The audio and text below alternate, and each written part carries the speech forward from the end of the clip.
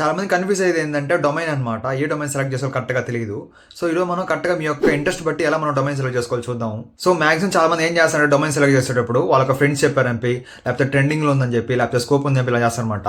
So, అలా చేశారనుకో ఖచ్చితంగా మీ యొక్క డొమైన్ ఫెయిల్ అవుతారు మీరు. అలా కాకుండా మీరు డొమైన్ సెలెక్ట్ చేసుకుని కొన్ని పాయింట్స్ అనేవి ఫాలో అవ్వాలన్నమాట. ఫస్ట్ ఏంటంటే ఆ యొక్క డొమైన్ మీకు నచ్చిందా లేదా సెలెక్ట్ చేయాలి. నెక్స్ట్ ఇంకోటి ఏంటంటే మీ యొక్క స్ట్రెంత్‌కి మ్యాచ్ అవుతుందో లేదో చెక్ చేసుకోవాలన్నమాట. ఫర్ ఎగ్జాంపుల్ మీ యొక్క లాజిక్‌లో మీరు స్ట్రాంగ్‌గా ఉన్నారు. అలాప్పుడు మీరు డెవలప్‌మెంట్ తీసుకోవచ్చు అనమాట. అలా కాకుండా మీరు మ్యాథ్స్‌లో లేకపోతే ప్యాటర్న్స్‌లో స్ట్రాంగ్ ఉన్నారు. మీరు అప్పుడు ఏంటంటే ఏఐ తీసుకోవచ్చు, లేకపోతే డేటా సైన్స్ చేయాలని తీసుకోవచ్చు అనమాట. అలా కాకుండా మీ యొక్క సెక్యూరిటీ మీద ఇంట్రెస్ట్ ఉన్నప్పుడు ఏంటంటే మీరు సైబర్ సెక్యూరిటీ ఇలా మీ యొక్క స్ట్రెంత్ని బట్టి మీరు తీసుకోవాలన్నమాట డొమైన్ అనేది. అప్పుడు మీరు ఇష్టంగా చేస్తారు మీ యొక్క డొమైన్లో వర్క్ అనేది. సో మీరు డొమైన్స్ ఎక్స్ప్లోర్ చేసేటప్పుడు ఏం చేస్తారంటే ఫస్ట్ ఒక డొమైన్ తీసుకోండి, దానికి సంబంధించిన బేసిక్స్ అనేది నేర్చుకోండి అనమాట ఒక 30 days అనేటివి. సో దాని తర్వాత ఏం చేస్తారంటే ఒక ప్రాజెక్ట్ బిల్డ్ చేయండి అనమాట దానికి సంబంధించింది.